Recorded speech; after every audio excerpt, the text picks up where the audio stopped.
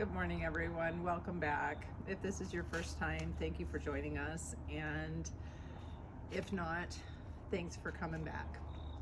First, I wanted to do a shout out to all of those people out there that have inspired me to get out here and do different things with my garden and try different things, and for all the information that is out there. That is another reason I started YouTube, was just another platform. I have gotten so much information from so many other people, and whenever I find something that's good, that's going to help me, I just hit subscribe. It is free, it doesn't cost me anything, and when I go into YouTube, I can hit my subscriptions, and there's all my favorite playlists. So if you do like this channel, consider hitting subscribe. We will be doing a lot of different types of urban farming and gardening, and hopefully some of the stuff that we do will be able to help you. So today we are actually going to be working on doing guilds. It's a part of permaculture, and I didn't want to miss anything, so I will be looking down every once in a while just to make sure I have everything covered that I wanted to cover. It is a part of permaculture, and it helps we're doing fruit tree guilds, and so it's going to help our fruit trees as the summer months come in and we're starting to get more of that heat from the summer. On one of the podcasts I listened to, I was told that it brought the temperature of the trees down from 140 degrees down to 90 degrees doing these guilds. So it keeps the root systems so that they're not getting so hot. There's more guilds and different things that you can do than what I'm naming off, but these are the ones that I found on the internet that a lady said are the most important. So what it does is a guild will create a mini ecosystem under your trees. Now, some people have larger guilds, but I have a smaller backyard, so I can only do a certain size. And as I talked to you about rats, as you can see, we still have our cages here. I forgot to tell you, we have to do that with everything because of the biggest rat that we have, and that is our dog Scarlet. She is a bull mastiff, and she likes putting her nose in everything. So we have to protect it.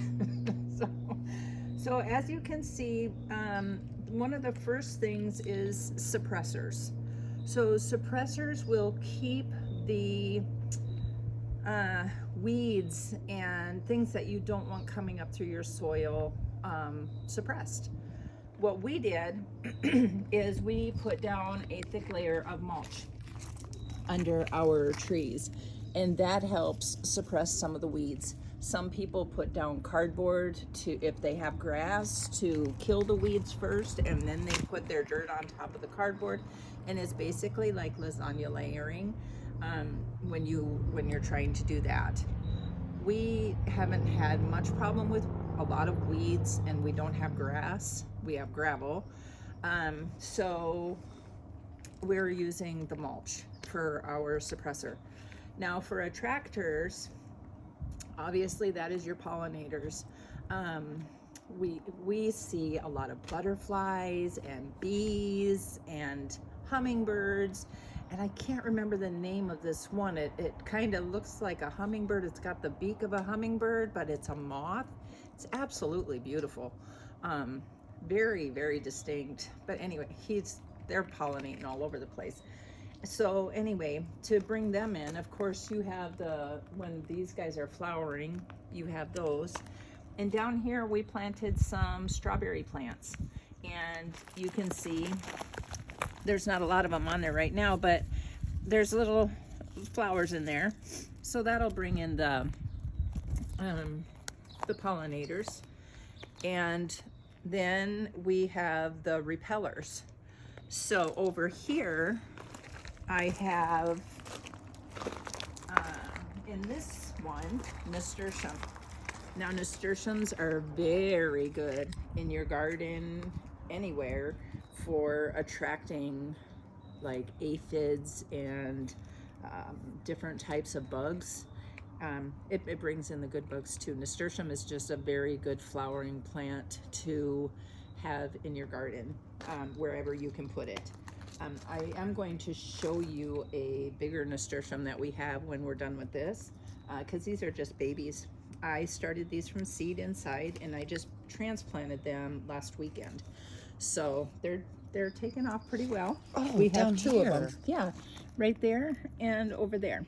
I thought you were talking about this tree. Oh no, this is the peach tree that we are going to be replacing with that one.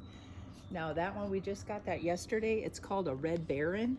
And if I'm correct, it has the most beautiful pinkish red flowers when it's blooming. So I'm very excited about that. We're trying to decide when we want to plant that. So I'm not doing any more of my guild in this one until we figure that out, because I'm probably going to have to uproot my nasturtiums temporarily when we put that tree in. So a good rule of thumb, you know, you can't do anything about a tree that died, but try to plan things as good as possible. We haven't been the best about that. We're just like willy-nilly around here. Okay, the next thing that you want is mulchers. So another good mulcher that I'm thinking about putting in here, I'm going to do more research on it first, is comfrey. It grows up. It's a chop and drop. You chop it and lay the droppings on the ground. They'll become part of your fertilizer, and it's kind of like a come again.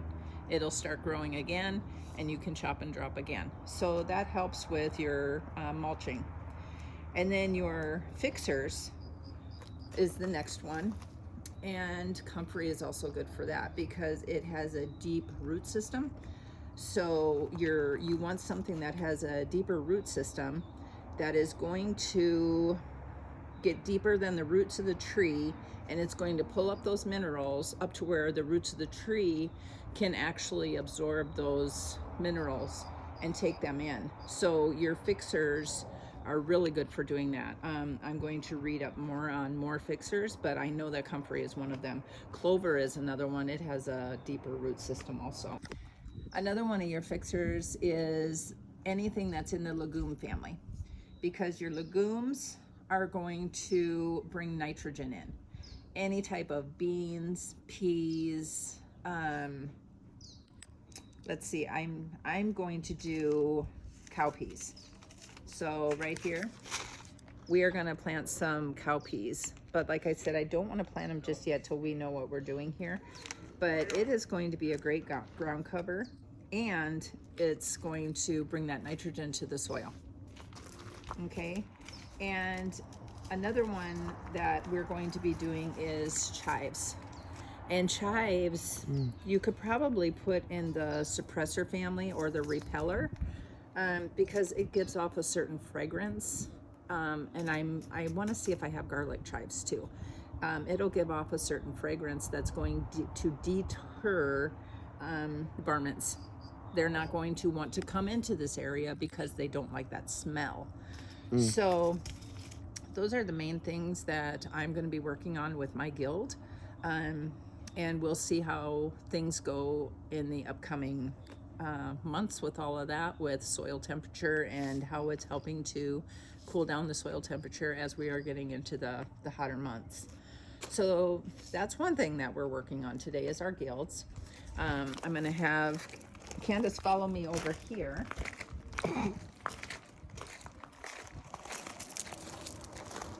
The next thing I have to do is get these plants in the ground.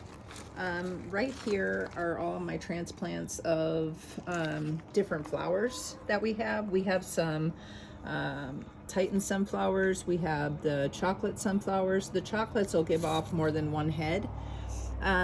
What else do we have here? There we go. We're doing Luffa. I can't wait. And what is Luffa? Luffa, so You know when you take a sponge bath and you have those sponges that you can scrub your body with? A loofah? This is where loofahs come from. That's a Really? loofah, and that's where it comes from, is these plants right here. I did not know that until I started doing all this gardening. So these little guys right here, you can already see that they're getting some little tendrils on them. But what I'm working on today, I'm going to be doing 2 raised gardens here, and I'm going to build a cow panel trellis, and I'm going to have the loofah and the cucamelons, and I'm thinking the different types of my melons all going up and down these trellises. So over the summer, all of that's just going to be climbing right over the trellis, and it's going to just it's going to be amazing. I hope we're going to do it together and see how it goes. I'm very excited. Okay, so that's my melons and my flowers. These are my peppers. Tom is building a raised garden bed in the back, on that back wall back there. Not quite finished yet. I'm thinking about, I think they're going to be okay in here for the next couple of weeks still. I just gave them some fish emulsion fertilizer yesterday to feed them again. But they're doing pretty well. And then here we have our cucumbers. So if I'm doing the melons here, I'm thinking I don't want to do the cucumbers next to the melons, because that's how I got my crazy melon last year, was because of the cross-pollination and why we are crazy bees. So I'm thinking I want to separate them. So I'm thinking about doing another trellis back on that back wall. That's kind of it looks like the house configuration, like a rooftop trellis cattle panel back there, and see how that works. Like I said, we're just playing with things and we'll see what works best. And then, let's see, so melons here, cucumbers there. Oh, the zucchini. So all of these plants here, these guys are going wild, and I need to put them in the ground as soon as possible. I mean, look at these. They're ready to go in the ground. I'm putting them in the raised bed. So I'm going to try doing vertical gardening with my zucchini plants this year. And we're going to put a stake in the ground, and I'll be showing you this as we go along with future videos. But we're going to put that stake in the ground, and then we're going to tie that zucchini plant to the stake as it's growing up and see how that works. I've got 6 zucchinis. We have cucumber. That we have the Black Beauty and the golden zucchinis and Ford Hook. Those are the 3 that we have. So we're going to try those over in the raised bed. So that's the goal for today. The raised beds are the goal for today. We're going to see how far I actually get. But like I said, I wanted to show you how big that nasturtium gets and how beautiful it is once it starts growing up. Do you remember the kale last week after we did the cut? Look at how much it's coming back again already this week. So you just pluck it and it comes back until it goes to seed. And right back here, I'm going to pull some of these. These are our leeks. I'm going to make some potato leek soup. So excited. But I'm going to try some of the leeks out of our garden. They are so, I mean, it's just like chives. So good. Just like chives. Okay, this is the nasturtiums right here. I mean, look at how big this plant has gotten. I'm like, I shouldn't have planted it in my raised bed. I don't know what I'm going to do. I might just leave it here and see how it goes. But look at these beautiful flowers. Candace, can you get that? Yeah. Look at how beautiful those are. They have this Gorgeous. This burgundy on the inside, and oh, the pollinators just love them. So that is how amazingly big it gets. I'll probably trim it down here in a little bit. And somehow I got yarrow in You see that, Candace? That Oh. silvery green? The other That's one looks yarrow. better. And I pulled one out of the raised bed already and put it in a pot because yarrow, I found out when doing my research, is poisonous to dogs. So I don't want it anywhere where the dogs can get a hold of it, but I want to see what I can do with it. And we have yet to do a video on our bushes, but we'll be doing one of those. Like those are our blueberries. But right here is a yarrow plant. And this is an asparagus fern behind that. But I want to see what this does. If any of you know what yarrow is good for, leave me a comment in the comment section below, and I would love to know what kind of things you can do with yarrow. That would be great. And we also have lemongrass. We'll be showing you what you can do with lemongrass. And of course, this is our sage. And then we have more lemongrass and raspberries and blackberries. And you can see the little babies are all coming up. Isn't that exciting? And right there, that is a jalapeno plant that's coming back from frost. So have a lot of exciting things going on in the garden. I'm gonna see what I can get accomplished today and see if I can do a follow-up before we get this out tomorrow. Have a good, wonderful Sunday. Hey everyone, just a quick update. Wanted to show you what our first step is in building these raised beds. You're not gonna believe how easy it is. Well, it's not easy, but easier than the other raised beds. So the first thing that we have to do is set up the block. We're doing them 4 feet wide, and you'll see what we're doing with that. That's really exciting. But the first step is moving the rock. So once we have that accomplished, I'm almost done. I just have to come down to this brick here, and then we'll show you what the next step is as we're progressing.